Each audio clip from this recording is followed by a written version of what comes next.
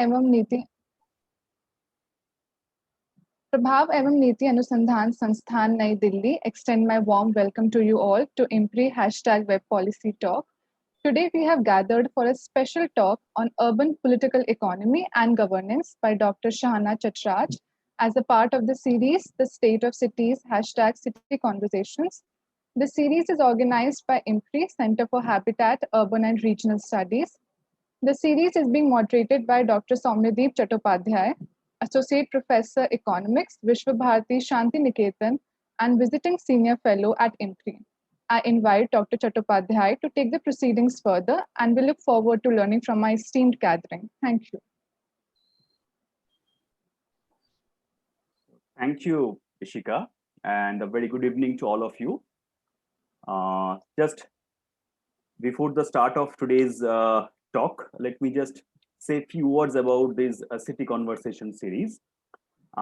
The rationale behind starting this city conversation series, and we all know that this pace and growth of urbanization in India poses enormous challenges to the urban governance, and two major concerns are there.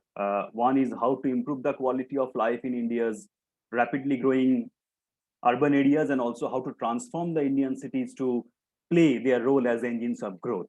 And to achieve these world-class urban system, policies from 90s onwards started to embrace the philosophy of new public management and put emphasis on decentralization, then increasing private sector involvement in the planning processes, or emphasis on this financial discipline, the market-based finance for cities, and so on. And we have seen that the task of policymaking and governance are increasingly being negotiated by different institutional forms, starting from special purpose vehicles, the parastatal bodies, the quasi-autonomous government organizations, and several non-state actors, for example, business leaders, elite, middle-class organization, civic activists, and so on. So naturally, such kind of transformation requires an in-depth sort of interrogation of at least 3-4 aspects. For example, the nature and state practices of the restructuring of the urban space and the modes of governance, the mechanisms through which the different actors get involved in these new spaces and exert their influence on urban development policies, and also what are the outcomes in terms of their implications for spatial and social development. And in the City Conversation Talk series, we invite the experts on urban and regional studies to discuss and deliberate on these type challenges of urbanization and how to make the cities more sustainable, more inclusive.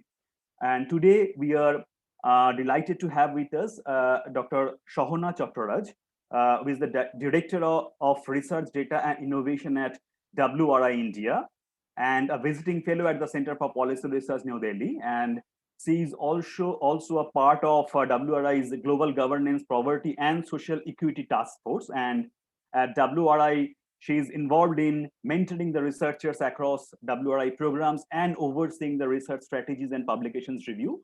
And her research interests lie in the areas of urban governance, policy and planning, comparative urbanization and development, the informal economy and the informalization, and also the future of work. And she has published quite a few number of articles in reputed journals on leading journals on industrial corridors and mega projects, informal housing markets, Mumbai's political economy and governance. And also she is currently the co-investigator in an IDRC-funded project on women, work and the gig economy in India and Sri Lanka, which is in collaboration with CPR, Just Jobs Networks, IIHS, and Lirna Asia. And earlier also, she worked for several years as a program specialist in the United Nations Population Fund in New York, and also associated with the World Bank's Development Research Group as consultant. And today, her title of talk is Iron Cage Meets Makeshift Shed, the Jugaad State in Mumbai.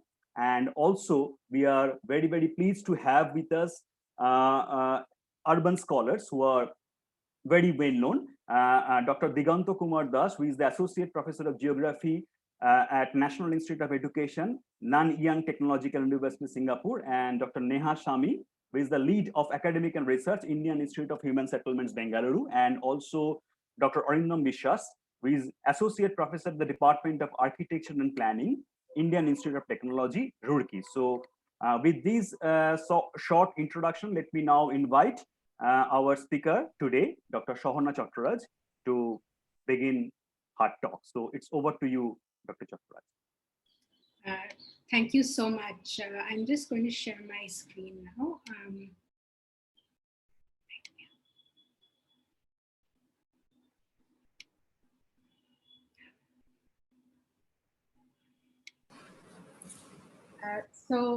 Thank you so much, Dr. Soumyadip, Dr. Chattopadhyay, IMPRI, for inviting me here for this talks. Dr. Soumyadip, my parents actually studied at and met at Santi-Niketan, though I've never visited. Hopefully after this pandemic is over, I can actually go and visit the place. Are you there now or in Delhi? No, right now I'm in Kolkata. Okay. Right. So what I'm going to present now is a piece of a larger research project which actually addresses some of the bigger questions that Dr. Soumyadip Chattopadhyay talked about, these kind of large-scale efforts to kind of transform our cities, to make them more globally competitive, these new sorts of actors that have started operating in the urban space, these new institutional structures, public-private partnerships and things. But what I'm going to focus on in this particular aspect is something that we all know has a very important role on the particular nature of urban governance in India, which is the high degree of informality, but which I think has been insufficiently theorized or has been theorized in very particular ways, which we need to kind of expand how we're thinking about this particular, how informality affects governance and state practices, what its outcomes are, and how we can think of it in the larger sorts of changes that are happening in urban governance, and also I think in terms of how the state kind of engages in the economy in general. So what I'm going to present is a paper called the Iron Cage Meets Makeshift Shed. Iron Cage, as most of you will know, kind of comes from this idea of the barbarian bureaucracy. I will, let me begin now. I haven't exactly timed this, so I will try to stick to the 30 minutes. It's usually around that long. So we have enough time for, and then thank you so much also for the very distinguished discussants, and I'm grateful to get your feedback. It's actually at a very a good time for me because I'm kind of revisiting this and trying to get back to this long overdue book that's based on my dissertation and that includes the different pieces of research together. So the kind of overarching question for this particular paper is how do states govern cities where informality in the economy and built environment is pervasive? And I argue, I use the kind of popular concept of jugaad, which everyone here knows of and which has been recently kind of applied in the social sciences, to argue that, and it's normally been applied in the context of, it's been used a lot in the business literature as a sort of unique aspect of Indian businesses who are resource constrained, and they're able to be innovative and do a lot with minimal constraints.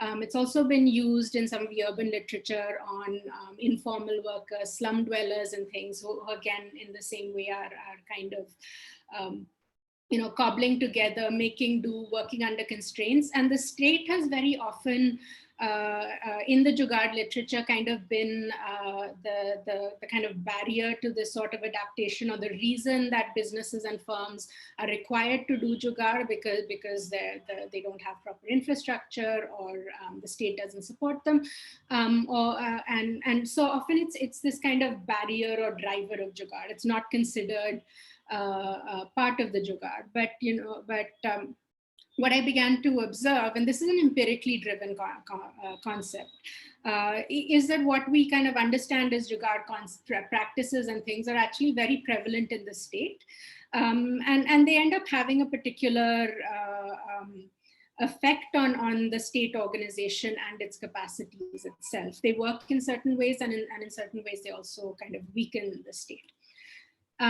So this work draws on a number of literatures which I try to integrate, and there's the urban political economy, politics and governance literature, which those of you who work on cities probably know that much of this is really based on Western cities. I think it's still useful, but a lot of it comes from quite a different context. So then I also draw on the literature on the Indian political economy and development, right? And on the Indian state in general and its role in development, and state-society relations, both in India and just generally in terms of the theoretical literature on kind of modern bureaucratic states. I draw on the literature on the informal economy. So there's a lot of Latin American literature on this, a much longer literature on the informal economy and the role that the state has in producing it. Harris White's work in India, Jan Brahman's work. And of course, there's an extensive empirical literature on Mumbai, which has also been very useful for me.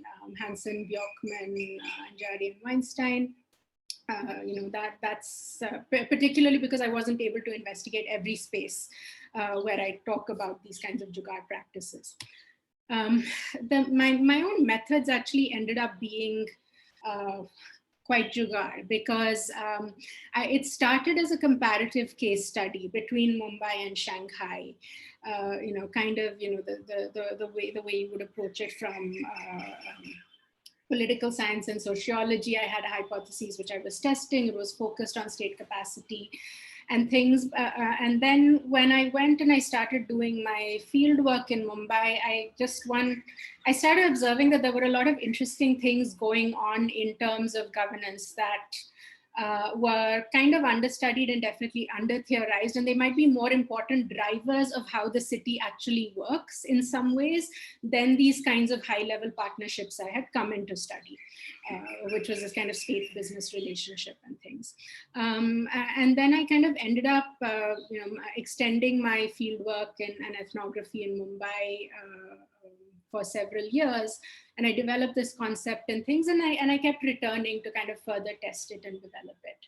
And then I triangulated and kind of tested some of these ideas later with published literature, official documents and reports, court rulings and things, so more documentary evidence. So why is this question on the state and the informal economy important? One is, as Barbara Harris White argues, it's that the informal economy is the real economy in India, right? It's not a separate, non-accumulative needs sector, but it's part of this dynamic actually existing real economy. And while it's neither economically nor politically marginal, informal economic activities operate in the margins of state regulatory institutions and formal bureaucratic structures.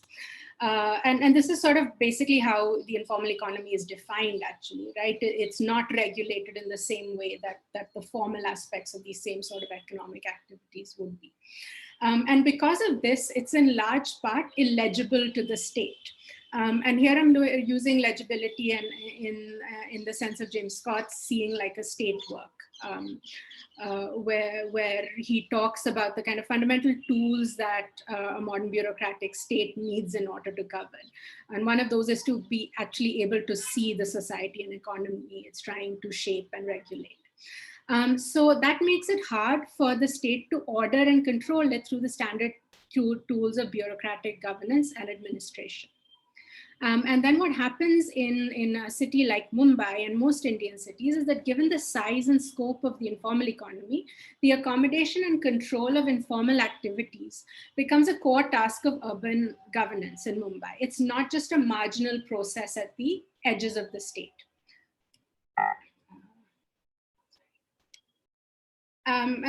Here, this is just a picture from Dharavi, where you can kind of see how mechanized the so-called informal economy is, right? And you really wonder how these large machines got to the slum. And part of the reason they operate in the slum is that it has pretty reliable power and infrastructure, and it's cheap, and it has good transport and things. So, I think this kind of shows both what in informality enables, it allows you to say, have workers who are sleeping, flexible workforce who are kind of accommodated within that structure. But it doesn't in India necessarily kind of bar these enterprises from getting state supports in terms of services or kind of mechanizing, expanding, growing. They're not subsistence type firms in many ways.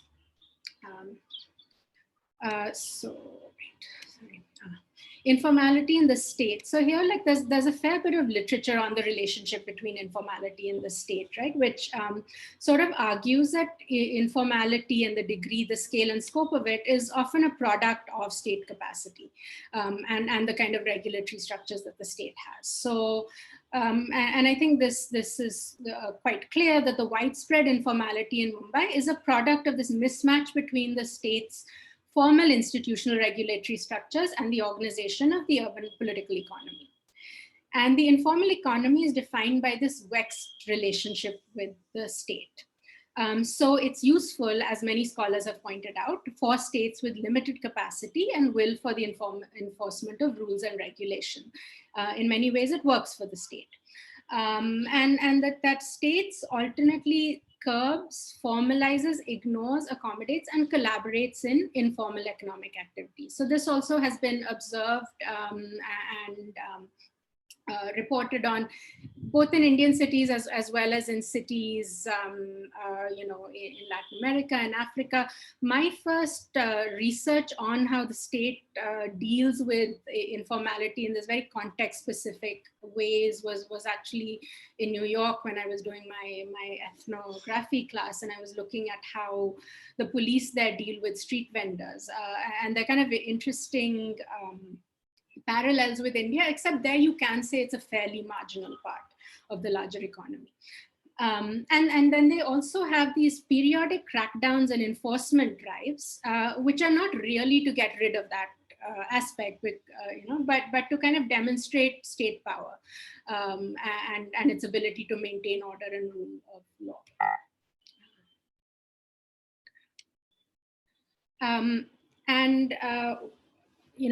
Why do I use jugaad as a metaphor here? So jugaad becomes a really useful metaphor because it's an inherently ambivalent and complex sort of concept, right?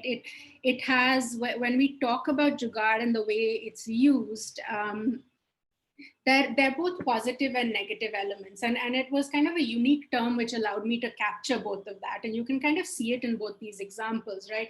You can see what it's doing here is that it's allowing a lot more people to travel on this road and get transport and things than the say proper, just the bike would. So it is working, it's serving a purpose and it's functional. But you can also see this is probably not particularly safe, and it's also reflecting a gap, right? There's probably no good public transport. That's why they're using these sorts of jugaad things. And then the other thing that the concept also inherently captures is that because it means something cobbled together, the term emerged from a particular kind of vehicle where an engine was stuck onto a bullock cart or something, right? It kind of shows how these two things which are able to work together, but there's an inherent contradiction. So that's why it becomes a useful metaphor. And I often find that a lot of the literature which uses jugaad kind of uses it in a very obvious way without necessarily making use of some of this ambivalence and complexity that's there in the. So there's some work on jugaad and corruption, or how youth, and it's fairly literal, but I think it does have a lot more value as a concept because it's able to capture some of these elements. So during my field work, when I discuss state jugaad in practice, I cover several realms of state activity, and I'm not going to go into all of these, but you see it in some fairly obvious ways, which is like the regulation of street vending and informal business activities. Other people have also written about this, like Shapiro and Jaria and all, about informal licenses and things. You see that there's a whole rental market around spaces, vending spaces and things. Then on the production, servicing, regularization of informal and unauthorized settlements and housing. Again, there's a fair bit of work on this. I've done some work on the informal housing markets. Then some of the kind of more surprising areas where I found that these sort of practices were observed is on like property tax collection from unauthorized structures and things. And then on the larger issue of policing, surveillance, and social control.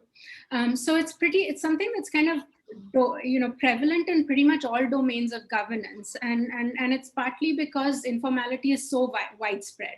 Pretty much nothing can be governed and regulated entirely through formal means and processes.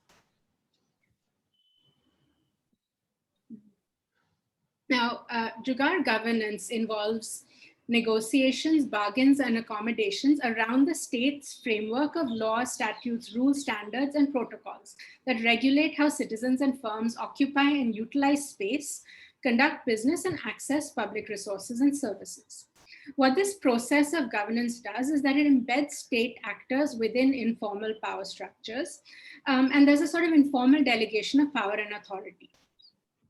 And these processes do two things, and this is where the Jugaadness comes in that it enables a state to maintain social control and oversight, extract revenues, satisfy popular demands, avoid political, administrative, and financial costs that are associated with strict rule enforcement.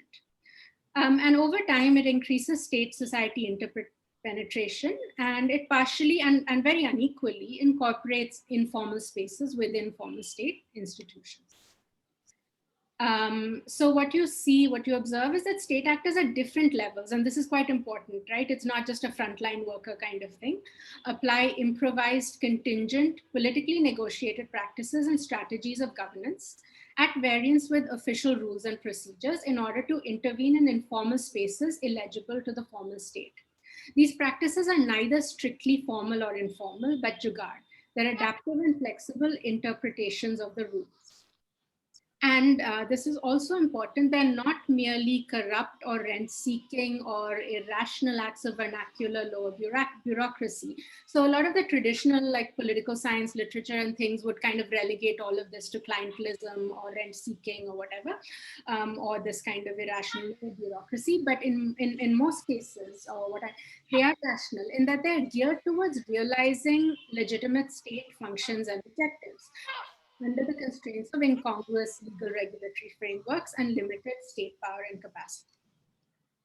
And I'm just kind of, I don't have time to really go into the empirics here, but I'll just illustrate it with one sort of quote and one sort of example, which is a kind of illegal park, to kind of show that this is not just about venality and corruption, and informal park that violates the, obviously violates the master plans, municipal regulations, and all of that. And that's kind of created with using parliamentarian funds and things. And when I'm trying to say that this sort of practices operate at all levels of government, I'm using a quote from the municipal commissioner, right? Who says here, plots get encroached, there's an involvement of politicians and officials, you have these illegal things, you have undesirable transactions, and the matter is settled. All you are required to do is ignore it. The status keeps shifting. You manage to construct something and stay for a few years, get semi-authorized, tolerated, additional slums are brought under toleration. After all, an elected representative is expected to look after voters. After 2000, they are not notified, so we are not obliged to give water and electricity, but it becomes necessary. Lower level officials are involved, and it's something we can't stop. So, very often with senior, at some cases, they're kind of directly involved. I have some examples where they're also, when they start intervening in these spaces, are kind of rationalizing and negotiating and developing these ad hoc kind of jugaad solutions. But here, part of what how the senior officials deal with this is this kind of overlooking or oversight. They know it's happening, but they kind of deliberately ignore it because they know that this is necessary for them to maintain their larger task of maintaining law and order, peace, and social control. So what happens through Jugaad, like what are the outcomes? It enables a state to see somewhat like a state. So the state Jugaad seat sees the city partially and intermittently, lacking the God's eye view on which rational administration and planning is premised. But that doesn't stop it from trying to do these kind of grandiose, large-scale city plans and things, even though it's able to see at best very partially the city. What happens with this whole pattern of horizontal embeddedness of state actors in local power structures is that it fragments the centralized and hierarchical authority structures, and it dissipates state power. So even though we have formally a very centralized bureaucratic state, particularly in cities like Mumbai, right, and relatively high state capacity, it's quite difficult to get centralized projects and rules and things enforced. And these Jugaad strategies weaken organizational coherence. And what also happens is that institutional knowledge inheres in individuals rather than it being something that the state itself has. So you'll have kind of lower level individuals within the state having a whole lot of power because of their networks and information, even though they don't have formal power. And because this is kind of a fundamentally contradictory way of working, and the proper rule following bureaucratic processes are the ones that are meant to be the right way of doing things. So even though it's the norm, it's not normative. There are internal and external pushes for administrative discipline and rule enforcement continuously. So, here is just an kind of an illustration of these contradictory sort of logics, right, between the bureaucratic state and the informal city. And both of these both these elements are very apparent in governance in Indian cities. If it was just this informal, like, some of the work Abdul Malik Simnon and all, I think in African cities, it may not be as interesting and complicated. We do know and we do see in many cities that this kind of bureaucratic rigidity is just as prevalent as this highly informalized system of governance. So this Jugaad state is defined as much as this centralized, insulated formal institutions and its modernizing ambitions as by its flexible, negotiated, and improvised governance practices. So here I'm going back to this idea of Jugaad being, these kind of cobbled together creations of different, very different sorts of structures. So the Jugaad state concept tries to reframe these as more than just corruption and clientelism, while capturing the inherent tensions and contradictions within the state and disjunctions in state-society relations. And here the Jugaad state exerts power not by making the exception. So here I'm kind of, arguing against some of the state of exception literature, which is very popular in Indian cities, but by selectively enforcing the rule. So why is this different from existing prevalent theoretical frameworks? Here I'm just discussing with the ones used in urban studies. So there's actually existing neoliberalism. I think the problem with that literature is that one is that neoliberalism just becomes this vague and very meaningless term because it's used to explain everything. And it makes a lot more sense in the US and UK context where you can really see a change in terms of governance in what is neoliberal governance versus the kind of earlier, more Fordist models of both the economy and governance. And second, what it does is that, it kind of ignores and doesn't really attempt to theorize or grapple with or understand what the actually existing part is. It just attaches it to neoliberalism. Whereas I think, there's a lot more interesting research to be done on the particular histories, politics, social cleavages. One problem with this aspect is that it seems to assume that the role of business in planning and governance in Mumbai is new, or it's a product of globalization, which is absolutely not true.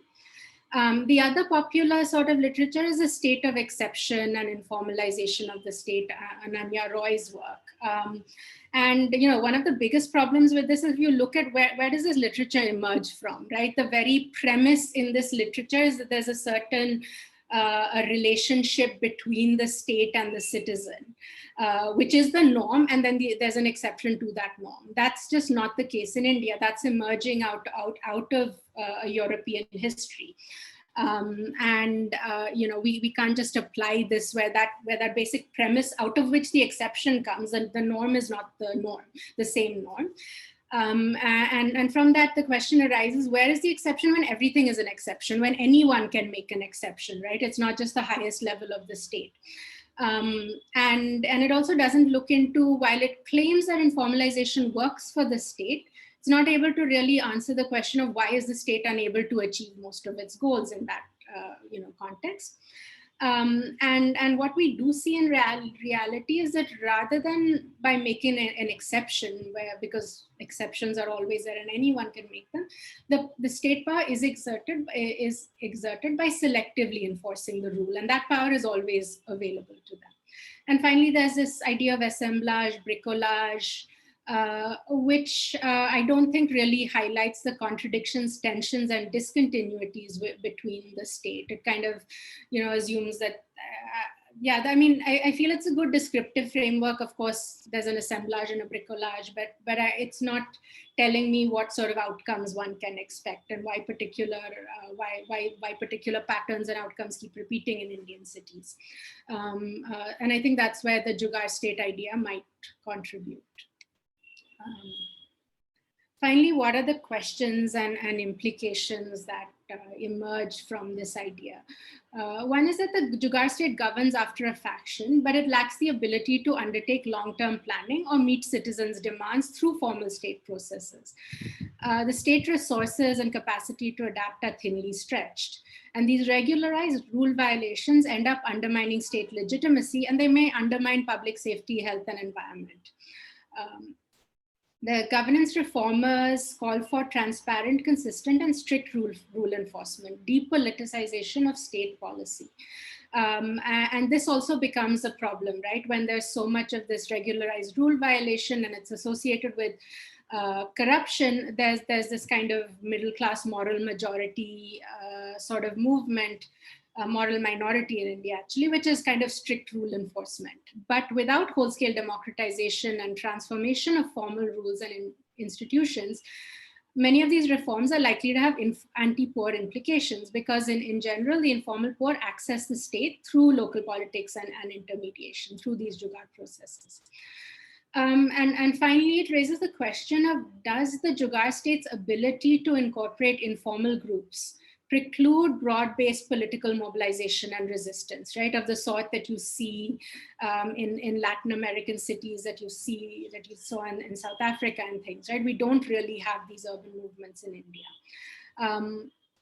And then this question further research can also be in when and where are Jugaad governance practices tolerated and formalized, and when are they curbed and actively restricted? And that when does the state actually decide to use its power to enforce rules and plans, under what circumstances? So I'll kind of end with this and one more slide to kind of throw out for the discussion in terms of why do we need new concepts and theorization. So very often there's a lot of really exciting empirical work right now emerging on urban India. I think people across a range of disciplines have become interested in it. But often, like, the theorization is what tends to happen is we work with existing theories such as, depending on whichever field, corruption, clientelism, patronage politics, if you're in poli-sci, or state of exception and things. And then what happens is we're not really able to capture the kind of complex sort of differences that are visible in our cities, in global South cities, but it's not just a global South and North thing. It's just that there's so many different things happening in cities at once, and we do need new ways of talking about them. And what often happens is that we all know that these things are going on, but because nobody's published it, we can't really talk about it in the literature, and we can't kind of have these debates around concepts which also help take knowledge forward.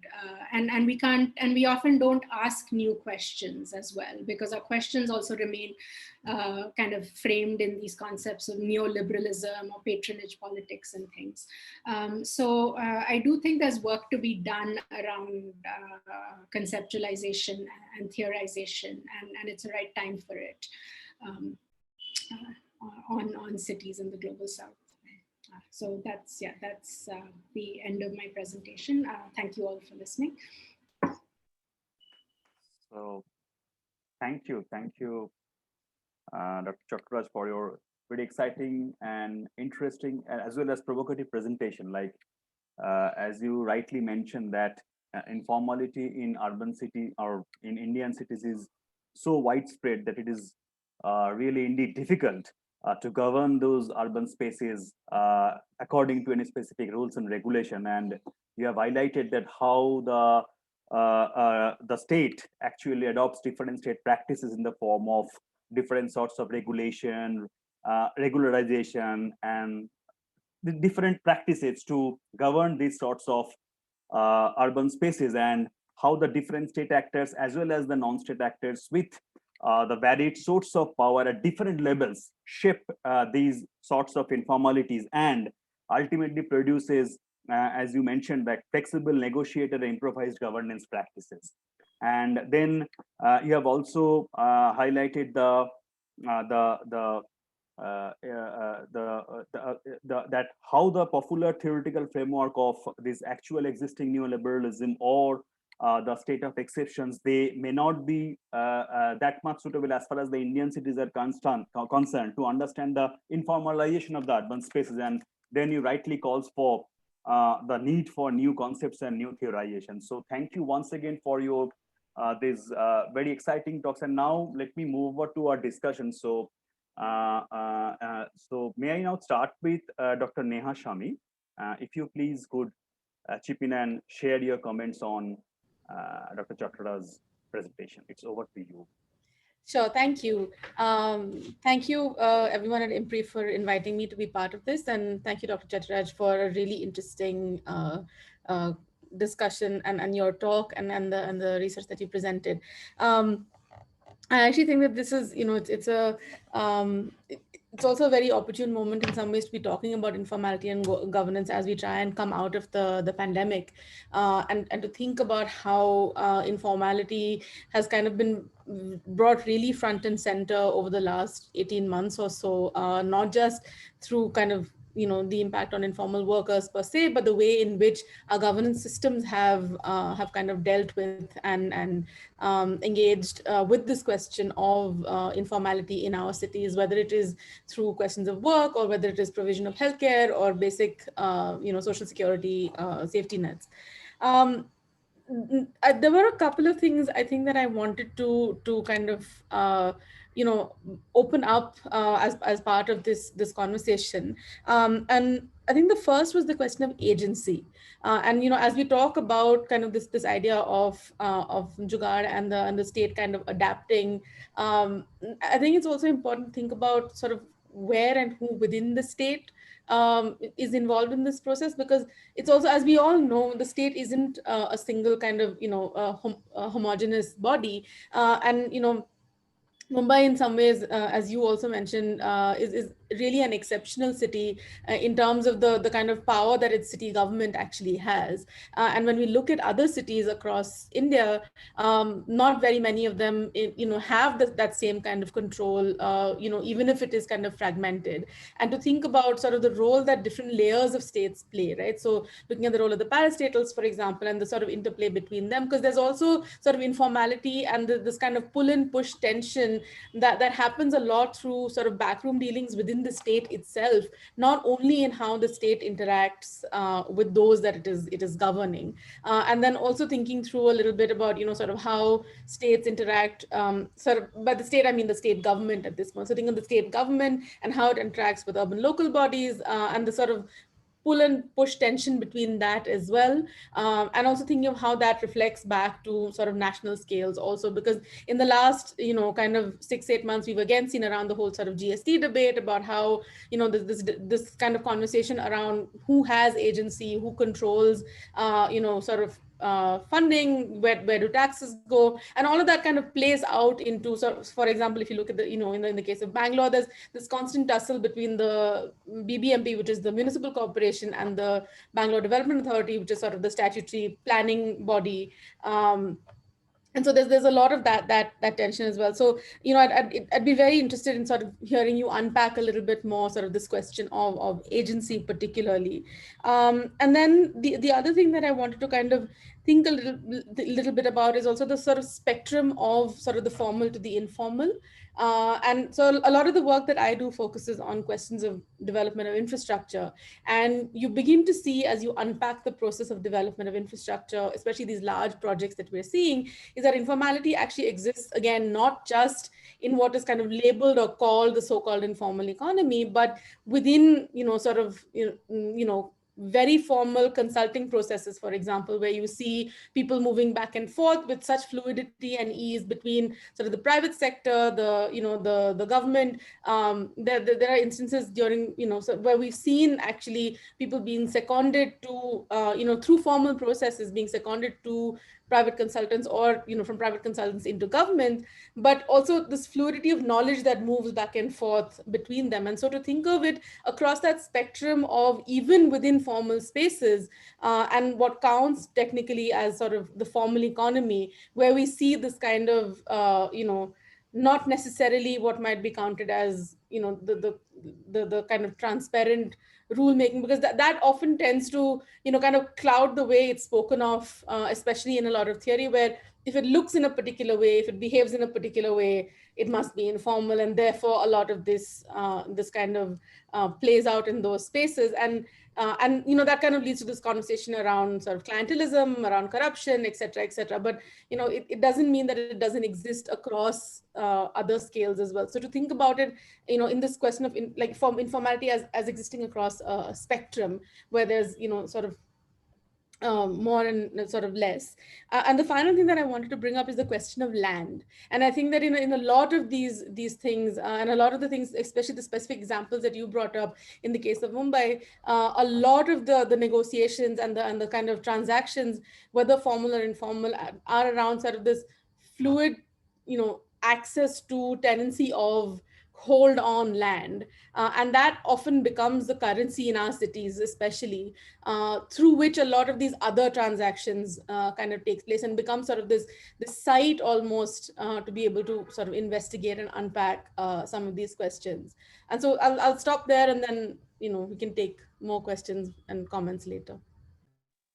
Thank you, Dr. Sami, for raising very important issues related to the agencies of and the different layers of the state government apparatus, as well as their controlling mechanism, and also a very fundamental question regarding this fluidity of the entire concept of this informality. And in fact, as Dr. Chattopadhyay also mentioned in her lecture about this Ananya Roy's work on informality, and where she specifically mentioned this, how this informality is produced, like the same set of activities which may be considered as informal, but that may be termed at the same time as formal from some other points of view. So I think, Dr. Chattopadhyay, I think we may take all the discussions view, and then you have the time to respond to all of those questions. So I think that will that be okay for you? Yeah, sure. Okay, sure. Thank you. So then let me just move over to our next discussion, Dr. Diganta Das. It's over to you for your comments, Dr. Das. Thank you, Dr. Chattopadhyay. Thank you, Dr. Chattaraj. It's really interesting presentation. I really loved the larger presentation. In fact, to start with, actually, I want to say that actually the first phase of your presentation, actually, that's basically talk on urban political economy and governance. The background photo is from Hyderabad, which is the old part of Hyderabad, which is from a vantage of the Charminar, and it actually really talks. The whole context is very interesting. Is that from when you look at Hyderabad as a so-called kind of an competitor to Bangalore and as kind of a knowledge city. But if you see the context of the older part of Hyderabad, which is the vantage of Charminar, where the photo has been taken, and you'll see that it's basically the larger context of everyday urbanism, and that's partly is a mix of formal and informal practices that you can see across the four corridors of the Charminar itself as well, the four roads that cut across. And this is something very important. In my earlier research, I have been working on both Hyderabad and Bangalore, and this the context of urban and political economy becomes very important in relation to this context of informality. And looking at today's your going through your context, and I really love the context that you ended, is the context of theorizing from South. And there has been a lot of work going on, and there has been a lot of push is also going on from where I am from, Singapore. And then the context of theorizing from state has been pretty much going on, especially in relation to in and around Singapore, is especially Jakarta, Manila, and obviously Mumbai. And to that extent, Fulong Yi's work on Shanghai and the larger Chinese cities are very, very interesting as well. And I think this is something very important that we are actually in relation to this theorizing the debate. I really like the context that you are pushing is about that the hybridity of state, and this is where actually my kind of context that comes. Dr. Sami already talked about agency. I already wrote about agency here as well, and I think this is something very important. Let me start with hybridity first, and I'll come back to agency.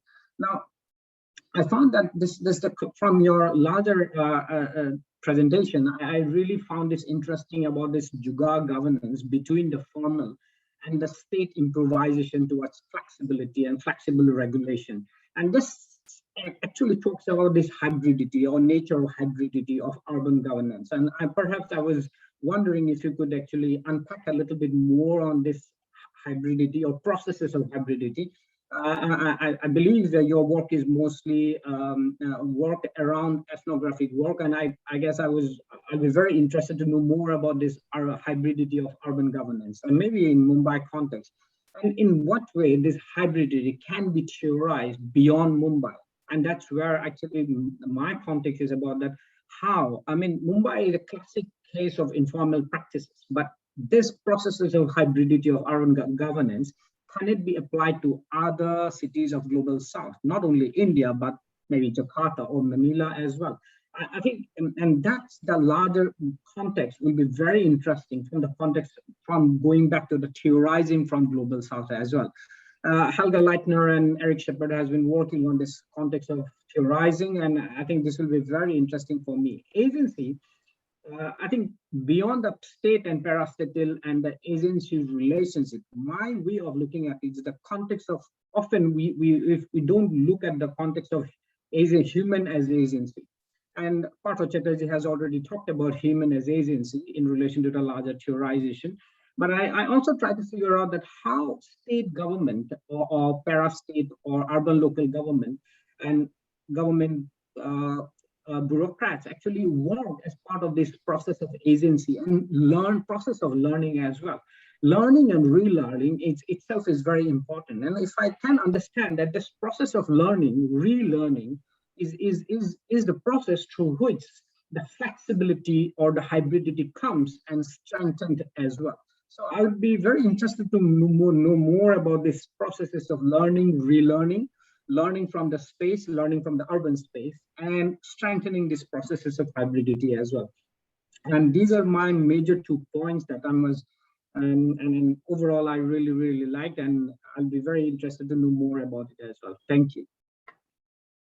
Thank you, Dr. Das, for your 2 very specific and interesting comments. So let me not reiterate all those points and just quickly move over to our next discussion, Dr. Arindam Biswas. It's over to you, Dr. Arindam.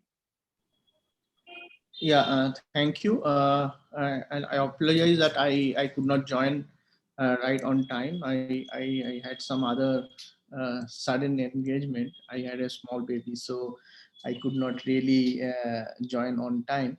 But I I attended Dr. Chattaraj's presentation from a little bit later, and something is really new for me, especially for the Jugaad governance, and especially the use of the term that you are mentioning about the Jugaad governance, especially in cities.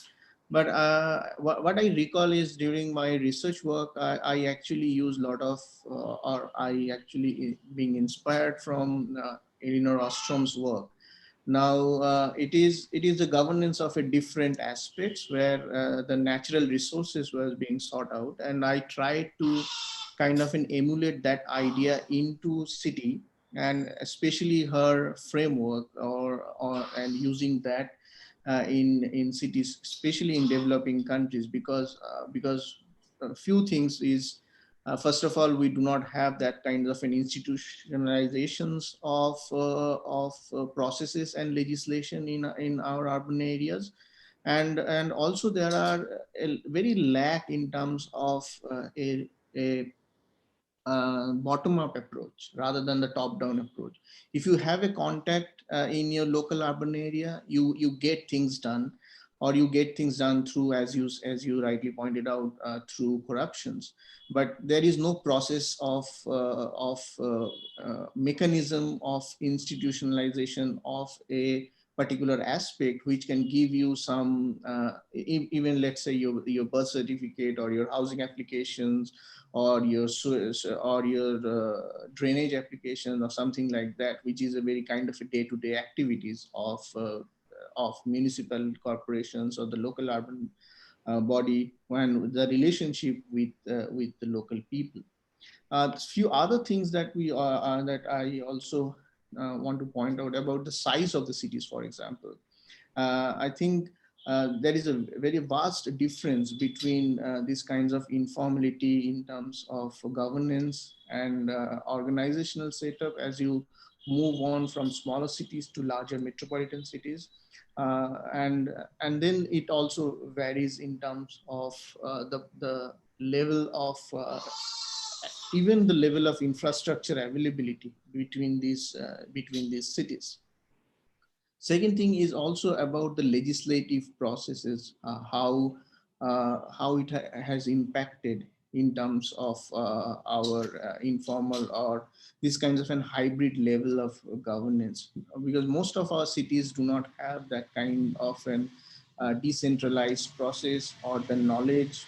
I only do not say about the capacity, but also the capability of those people to actually understand the process and then also serve the people, be it planning or development, or be it just providing municipal services to the local people. And we also have a history of following the municipal governance or urban governance process that we have borrowed from the British Raj. And it's a kind of a something, it's a mixed match where we segregated. Probably we are the only country in the world which have a segregation between development organization, improvement trust to the local government. And that sort of kind of a made our local government very inefficient, because they are only being concerned with their services, and somebody else are actually planning and developing and creating infrastructures, etc., etc. And then there are issues with those problem of areas, and then overlap of different institutions on the same area, providing different services to each other people. Probably these are the kinds of conflicts, and these are the kinds of an scenario we inherited, and that probably led into more informalization, more hybrid nature, rather than very kind of a vertically divided municipal and the development job that we can see in the global north, or even the global west, even in countries like Singapore or even Japan, where it is very like everybody knows what their responsibility, and that's how they probably function. So I'd also like to kind of oppose these kinds of scenario, where we experience in terms of day-to-day, either we call urban governance or metropolitan governance, and the different levels, different sizes, and the capacity, different kinds of financial ability of different cities and the city regions. Yeah, probably we would like to discuss more as we proceed further. Yeah, thank you. Thank you, Dr. Biswas, and for your this interesting issues that you have raised. And just before handing over this, or just before going to Dr. Chattaraj, just let me put a very broader issues, because I think this is maybe this is relevant for this entire urban political economy related issues. For example, whenever we talk about these Indian cities in the typical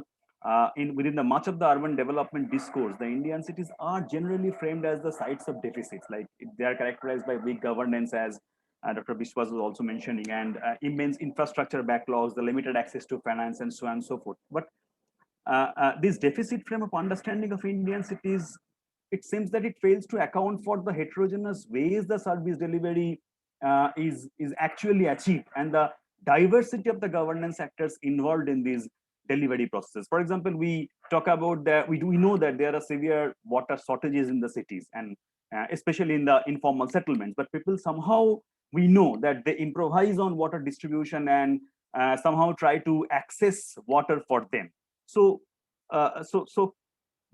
this sorts of hybrid service delivery system, these have evolved as a response of the inability of this a large scale formal system of infrastructure, finance, development, and these operations to serve the a significant proportion of these informal urban dwellers. So what do you think, like how to recognize these popular modes of service delivery, the complexities in their material and the governance arrangements, and because these are, I think these are crucial, because if we want to identify the new opportunities for urban interventions in the context of Indian cities, then somehow we need to take into account these sorts of informalities into our main policy domain. So what is your take on that? So with this, let me just request you to respond to all the points which our discussants have raised. It's over to you, Dr. Chattaraj. Okay, thank you so much for your really interesting questions and feedback. And as I said, this is at a very opportune time. Hopefully it will get me back to working on the larger project. Let me begin. I won't be able to go into a huge amount of detail, but I'll try to address the main points that all of you raised. Let me begin with Sami's. So the first is this question of agency, and I didn't really have much time to delve into the empirical work. And I see that I think that it kind of applies at two levels. One is really like within the state, which part of the states have power and which don't. And you're right in that Mumbai is quite exceptional in that its city government has a lot more power than in most other cities. But even so, it's not the councillors don't necessarily, right? The municipal commission is still under the state administration. And now there are two things here that we've heard a lot about, this fragmentation and conflict and stuff within the Indian state, and particularly in city administrations and things. And where a comparative framework becomes useful is helping to tease out what is actually unusual and what is fairly common.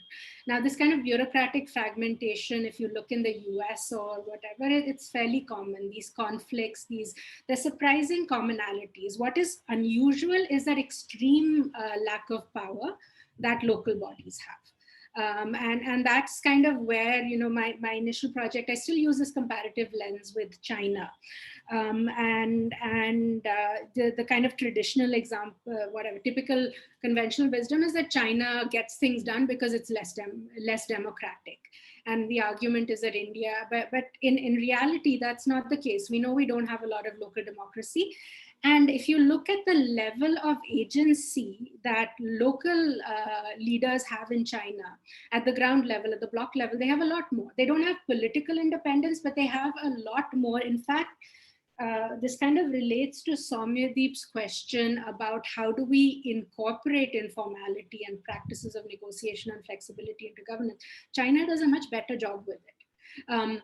They're given a lot more freedom and flexibility to figure out the political goals are all set at the central level, but various local state agents actually are able to do some of these jugaad practices in ways that are formalized and that they are accepted. And this kind of links now to the second question about the spectrum of formal and informal. Now I kind of begin with this idea that everything is pretty much informal, right? When the vast majority, you have to kind of accept that is almost the norm in India. But I kind of go back to emphasizing the distinction because it has salience, and when we have to recognize that, right? So when I use my examples and I talk of formal and informal, I'm talking to state actors at various levels, and they have a particular and a very clearer understanding of what they see as formal and what they see as informal. So as I said, it's the norm, but it's not normalized. Formal categories still have salience, and as I said, these can be used to exert state power in right. So while I agree, and this, if you look, there's a whole sort of long sociology and political economy literature on informal institutions, and it's a very interesting literature that I think we should actually look at. I think it's in some ways more relevant to understanding informality in the state than the urban informality literature, because you see that there's informality in institutions all across the world. So there's a lot of comparative work on how formal and informal institutions work together. So even if you recognize there's a continuum, it's still analytically useful to draw that distinction, and it's also empirically observable, that distinction. So that's where, so it's not that I'm disagreeing, but there's still a lot of relevance, because as I said, these categories have salience. The question of land is extremely important, and it's really central to a lot of these discussions. I have another paper on Mumbai, which I'm kind of using the whole rent-seeking, rent-sharing sort of thing. And it's not just land, it's urban space in general and how that runs those markets. And I think what I'm trying to do in the larger book is kind of connecting this issue of land and how this informal control over urban land becomes a source of power, and it becomes a source of agency, and it becomes a way to when we have it, we have formal corporate industry, and we have the kind of large scale parastatals and things, but we also have a lot of fairly significant power that's obtained by these individual actors in cities because of their ability to control and consolidate land. And that's a kind of larger story. And I think this, Mumbai is a particular sort of case, but it kind of happens everywhere. And you see that through the SR, like you have these actors emerging out of nowhere. And their power of the land and urban space ultimately gives them political power as well. And they have a pretty strong role in determining what happens within the city and challenging some of these formal processes and things because of their ability to control and consolidate land. And often it's because fairly high level, powerful political actors are not always able to kind of do these sort of complex negotiations you need. So in a way that land, and this is kind of, I did, there was I did work on the DMIC and all after that. And it's exactly what you say, these in the most formal large scale mega projects is where you have, and what's happening there is that unlike in Mumbai, where you have that tension, and it's ultimately, as Soumyadip said, I think it's a functional, it's not an ideal governance system, but it's not just a story of deficit. It's something that's able to work. But in some of these DMIC areas, there's a complete institutional vacuum. So you have on this one hand, this big, distinct, that like no presence of actual government there. So you have a high degree of informality, and you have these kind of they're not government bodies, they're not actually, they're parastatals, they're not representative government.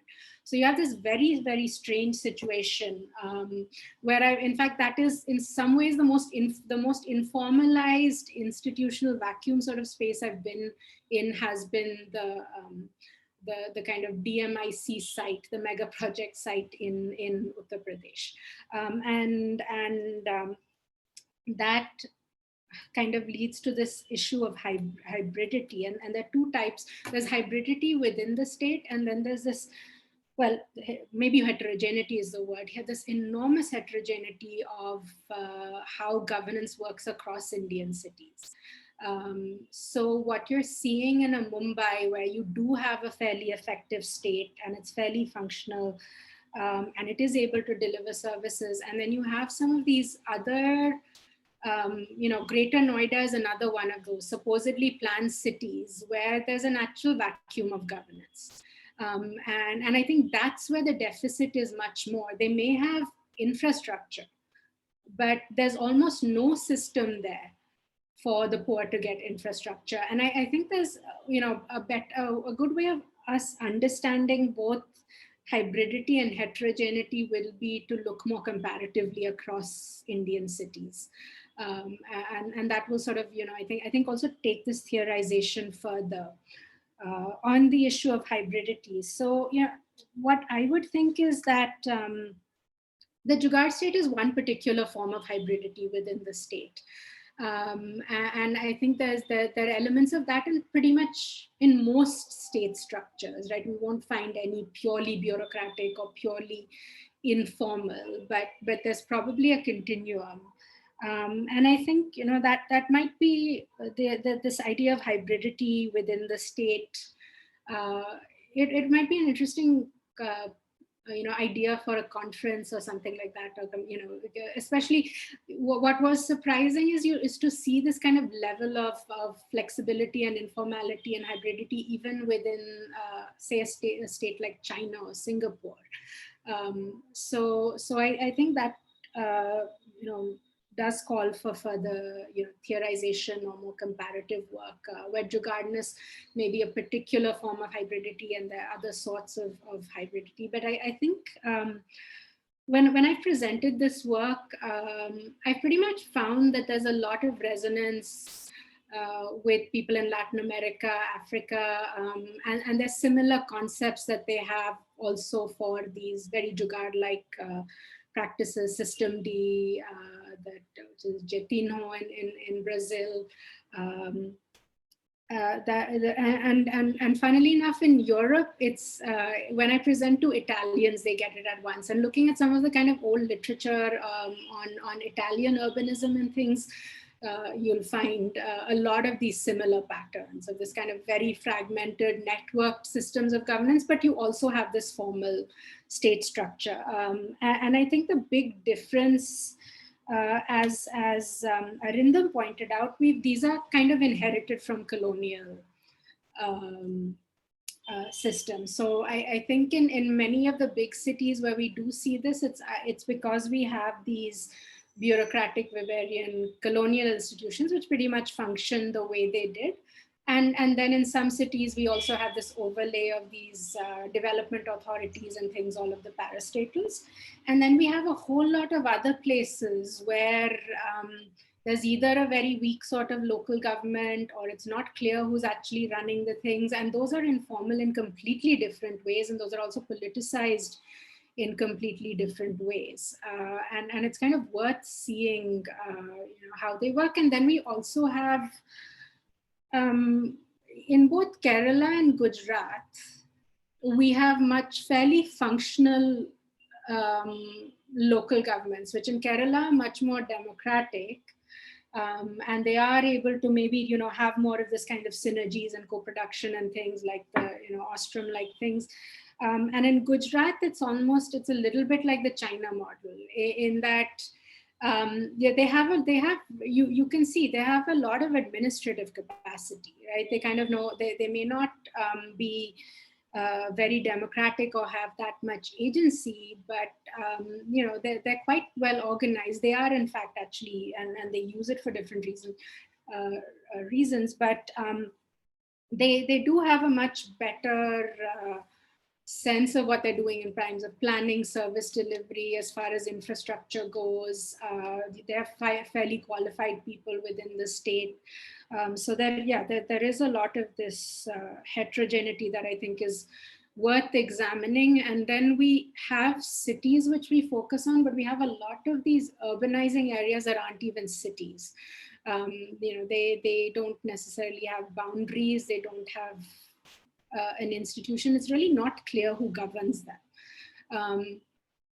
So I think those are the kinds of questions that also we need to understand, and what happens. And I think at some point, probably most of Indian urban dwellers will be living in those spaces, and maybe for them especially, these ideas of jugaad or something becomes kind of important, because we do need something more ground, some sort of way when there are no formal institutions and structures and systems. How can people actually get the services they need and things? So I think that's a key question, which is how can some of these kind of more informal and bottom-up processes be institutionalized, and not just through this decentralization 76th Amendment, because that's not really happening. In a way, they need to be institutionalized because they're already there. And I think these governance systems do emerge. And why do they emerge? What are their outcomes and things?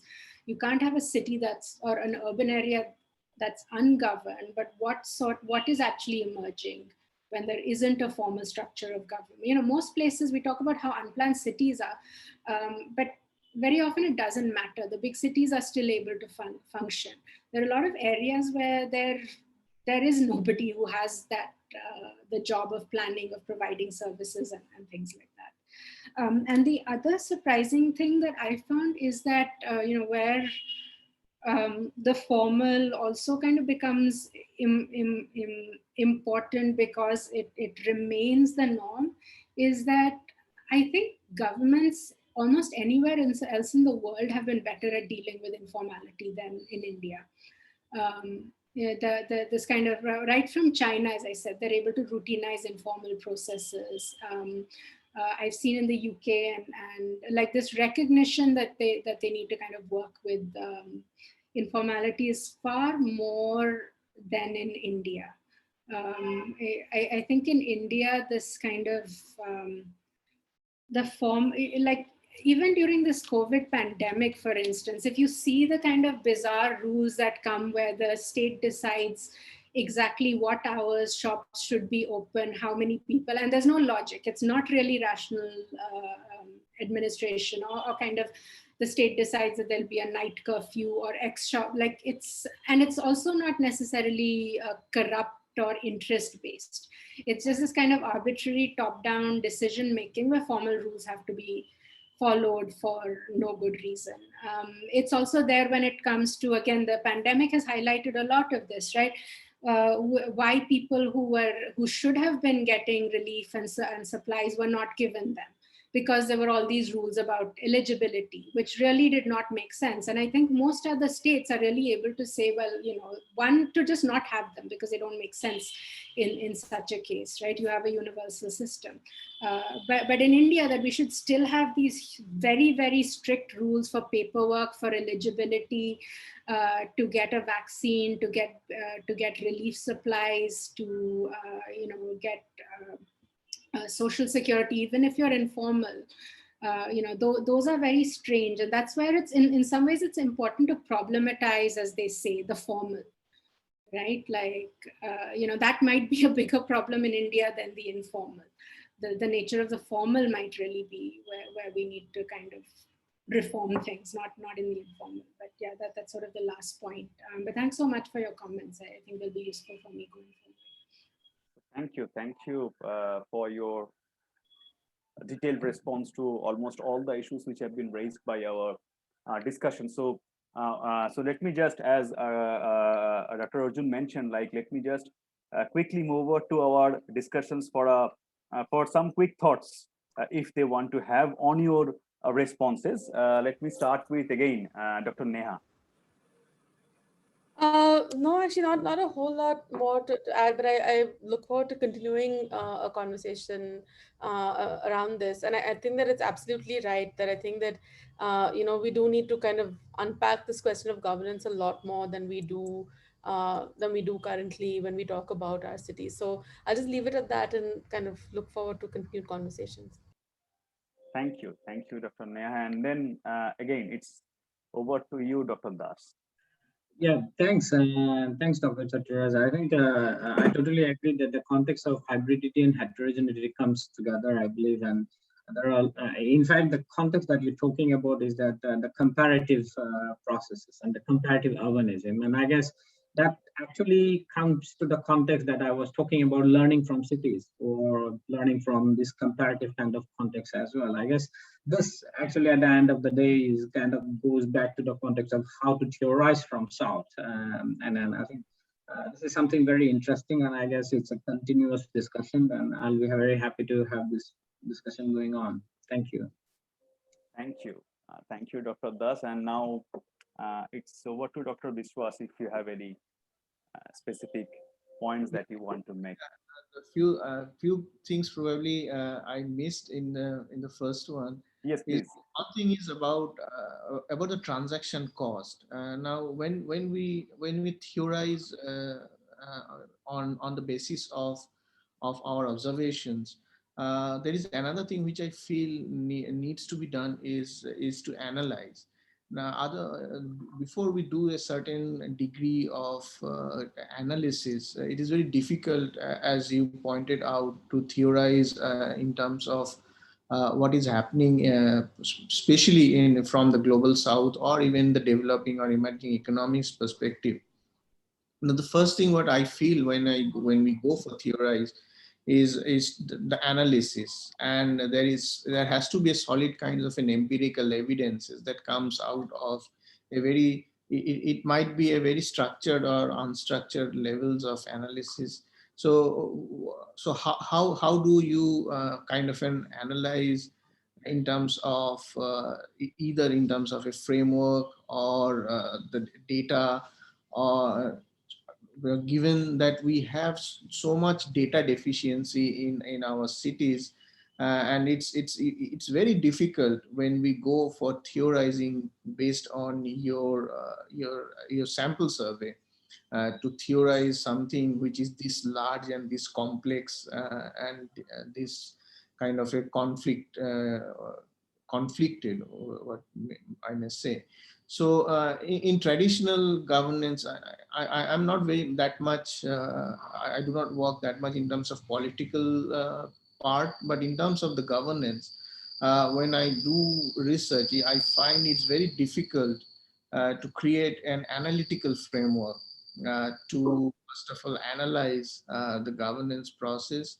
In many cases, people uses like transaction cost or even land or other kinds of very formal and very mathematical processes, so that we can establish some sort of or we can see some sort of pattern, and then probably we can theorize, because unless and until we have a large numbers of patterns, I think it's very, very difficult to theorize. So what's on your take on that about theorizing urban governance or governance?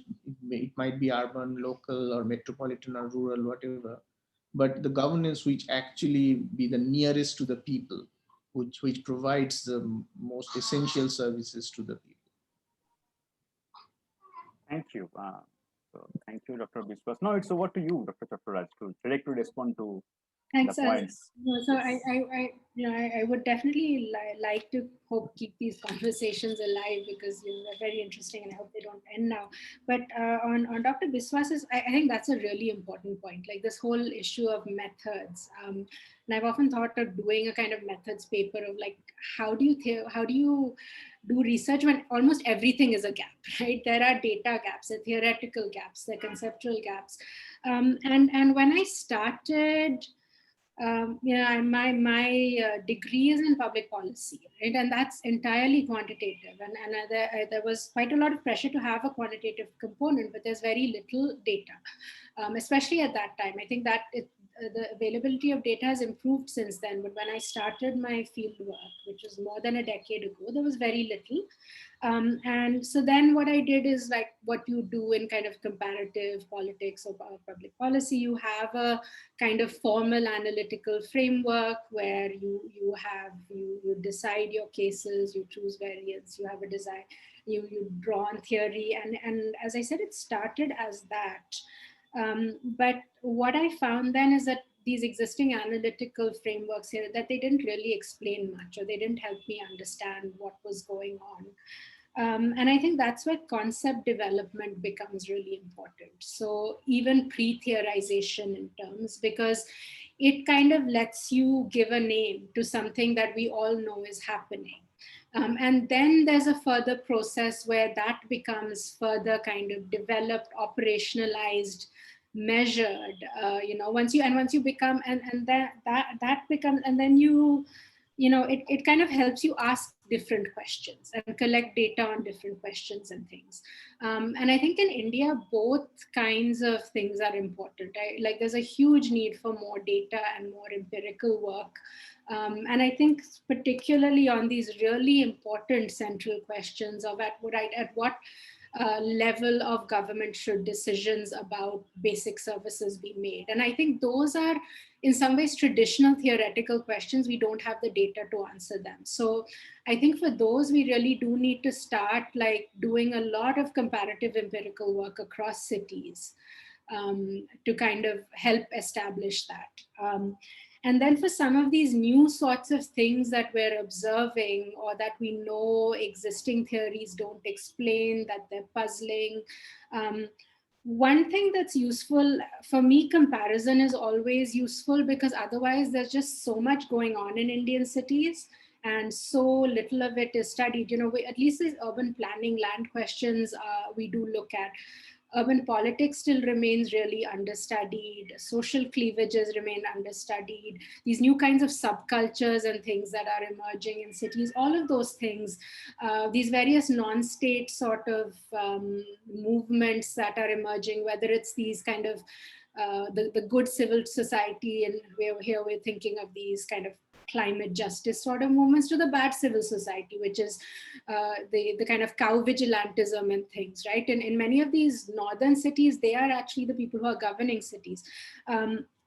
So I think for all of those things, that is sort of where we need to start naming and theorizing so that they become objects for research and analysis and empirical investigation and things, rather than continuing on this whole neoliberalism state of exception train, which I don't think is really either revealing to us enough about the nature of our cities or really helping us come to some sort of a solution of how do we make sure that they're more inclusive, more democratic, that they're better able to provide decent jobs and services and things for people. So yeah, I'll end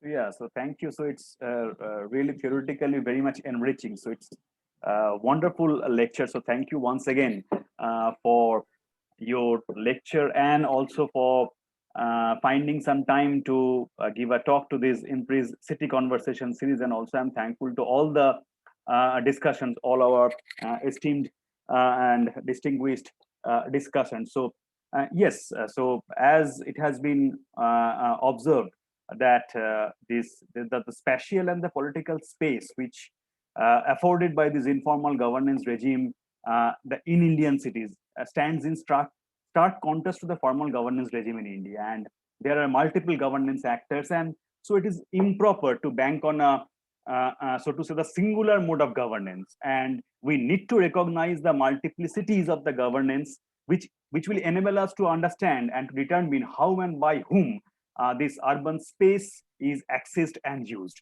So we will continue with these sorts of discussions in near future as well, and we hope all of you will find again some time to attend and join this IMPRI's City Conversation series. So with these notes, let me now invite Dr. Arjun to say something and formally provide the vote of thanks. Over to you, Dr. Arjun.